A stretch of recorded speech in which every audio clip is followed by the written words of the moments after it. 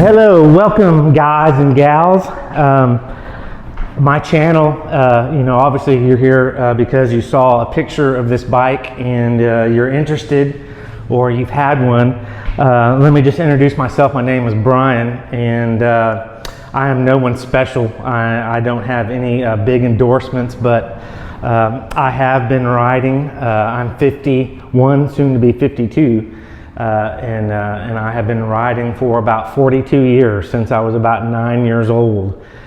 Started out, riding dirt and continuously have ridden dirt off-road and raced motocross for many, many years. You can see my pictures that I've gained from working at dealerships, in sales, and I always rode when I worked at dealerships and, rode motocross and rode all the street bikes. So that is a lot of my credentials, and I have owned bikes since I was age 9, from an XR80, a 1980 XR80, up to a ZX7 Kawasaki R6, 450F, 250F, 80s and 60 cc two-strokes. I've had a lot of different bikes, a DRZ 400, and a Ninja 250R that I had tricked out, and an exhaust, an Area P exhaust. It was really, really kind of a cool bike for the price. But I want to, enough of that, I want to talk about, this is the first video in the series,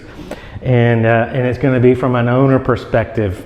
And I'm going to be getting used to this bike more. But let me express, when I was looking at doing some research on this bike, I went to YouTube, and a lot of the reviews or magazines and so forth, and organizations where these typically are not their bikes. They get lent to them and they ride them for a day or for a month, and so I just think it's going to be a different, more helpful review for someone that has a pretty extensive background in motorcycles. But this is mine. I just bought this like 2 days ago.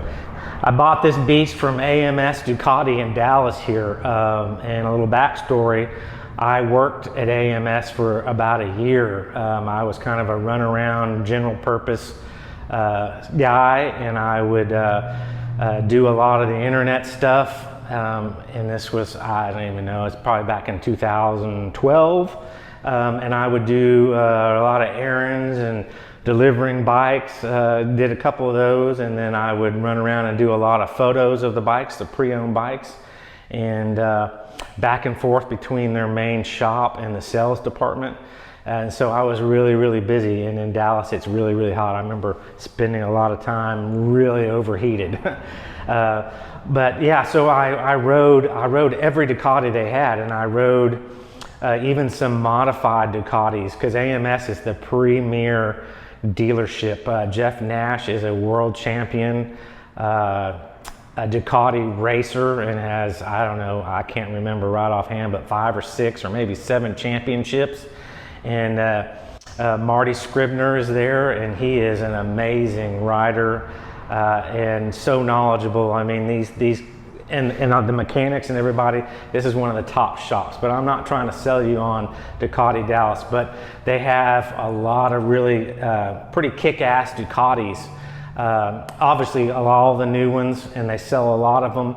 But they also, with all these wealthy people here in Dallas, they buy these bikes and they trick them out typically, and then they have them a little while. And what's cool about that is they find out they're not really a rider, and they just sit and they don't get a lot of miles put on them. And a lot of them have their first service done, so that's a big headache that's taken care of. And like I said, they've got performance parts on them. I'm going to touch base on this bike more in that detail after I get through this explanation. But since I worked there, I knew that you could get a really good Ducati and you wouldn't have to pay freight and prep and some other fees. But we live in the time now in 2022 where vehicles, motorcycles, and cars are pretty much worth more than they were 2.5, 3 years ago. So I got a fairly good deal on this because I didn't have to pay freight and prep and some extra fees, assembly and so forth. So, you know, I wish I could have gotten a little bit better deal, but, you know, it is what it is. But the bike only has 1,082 miles on it when I picked it up, and it's got some aftermarket parts. And so I'm going to go more into that detail so the video is not too long. So here we go. All right, first off, what probably caught your attention, and definitely what was an attention grabber to me, is the Terminioni exhaust. Carbon fiber. It's not a full titanium exhaust as in some of the more exotic bikes, you know, the 1198s and the Panigales that have $4,000 exhaust, but this is about a $1,300 exhaust slip-on. But what it does is it gets rid of the cats, and it's a lot more free-flowing. And with that, it's really loud. It has some baffles that come in it, but the previous owner took the baffles out, and I'm going to try to get a hold of those because the bike really is kind of too loud. I loved loud bikes when I was, you know, 18, 19, 20, 22, 23. Loved super loud sport bikes, and I had exhausts on all my bikes, M4s, my SV 650S.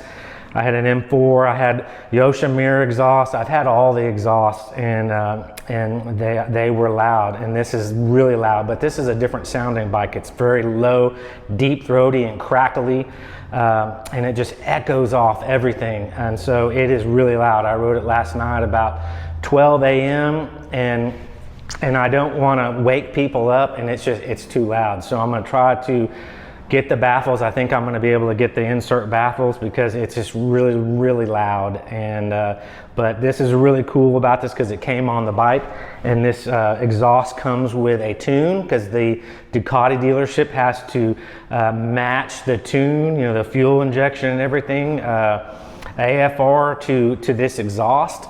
And so they just hook their laptop up and go through, you know, like in my car is an OBD2 port reader.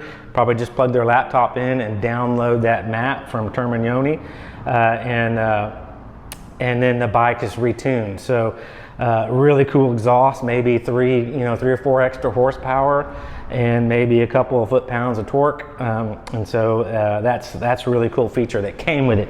And I've got the Rizoma. My stand, you know, the rear, I'm drawing a blank just right now, this stand pegs. I had the Woodcraft, I had my jacket, real nice jacket, and my Arai helmet, and it's just been sitting for a couple years since I haven't had a street bike, and so they needed to get on another bike. So this is basically you know, it's a Monster. Sorry, I didn't tell you that. It's a Monster 821. It's a 2020 model. I should have spit that out a little while ago. And it's a 2020, and it is just such a beast of a motorcycle. Yeah, I'm going to express a little bit more about that real quick and talk to you a little bit about my first impressions, because I haven't ridden a Ducati in many years since I've worked at AMS Ducati, and I remembered it was a pretty good experience riding these Monsters. I just wanted a more upright position and not be leaned over like a true sport bike. And so they had this one, and I went, and everything worked out with the financing and the money I had to put down. So let me tell you more about the experience of the bike the first time I got on it, the second time I got on it. Okay. I have to excuse me, it's warm in my garage, and it still hadn't cooled down in Dallas. It's, you know, almost hovering pretty soon in about the 90s. But first thing that I've noticed about this bike, if you're looking at getting one or you got one and you just want to check out my video and see what I have to say, and maybe you'll agree, I'm just used to, I've always had Japanese bikes, and you know, they just run really smooth, and they're kind of lightweight, they turn really easy. You know, I just never really experienced a naked bike. Now let me express, I haven't. I've always had sport bikes and dirt bikes, and I even have an electric bike, a Suron, that is really, really cool, but it's so thin and so small and so lightweight. This is a huge departure from those bikes. The weight is a lot taller.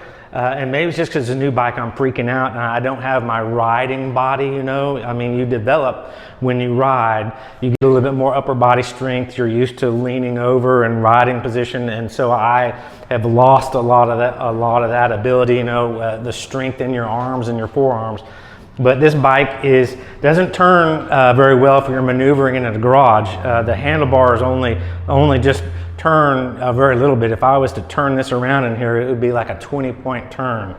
That's a little bit getting used to. It's a little top heavy, you know, so when you're walking with it or you're on it, it's kind of, you know, until you get used to it, you know, you're like, whoa, it's just a little top heavy. And it has a lot of heat. Now, you know, like I said, I don't have a lot of naked bike experience with a big motor pumping out a lot of heat with a radiator right up front, you know, blowing heat on you too. But this bike runs hot. It's about 80, it was 85, 86 today when I was riding it, and it hovers at about 200, and if you're at a light, it'll climb up to 210, 205. And to me, you know, 210, 215 is running hot, but from what I've seen, these bikes manage that. And you know, you probably wouldn't want to see 230, 240, but I'll have to see. The fan will kick on and help cycle that down. But this bike puts off a lot of heat, and it's not just the side over here where the exhaust is, it's all around. And so this is definitely not a bike that I would be riding. We had a heat wave of about 30 or 40 days where it was over 103 or 105, and it was about 107 to 100, 110 heat index. And so it was really, really hot. It would sit in the garage. But it's got really, really good power. I'm really happy with the low end torque, and the shifting is pretty good. You know, it's not just, the best shifting I've ever had, but it's not bad. And it shifts and up shifts and down shifts. You can find neutral easy. It's just not super buttery smooth, and the engine is more mechanical. That's the best thing I can say. This bike feels very mechanical.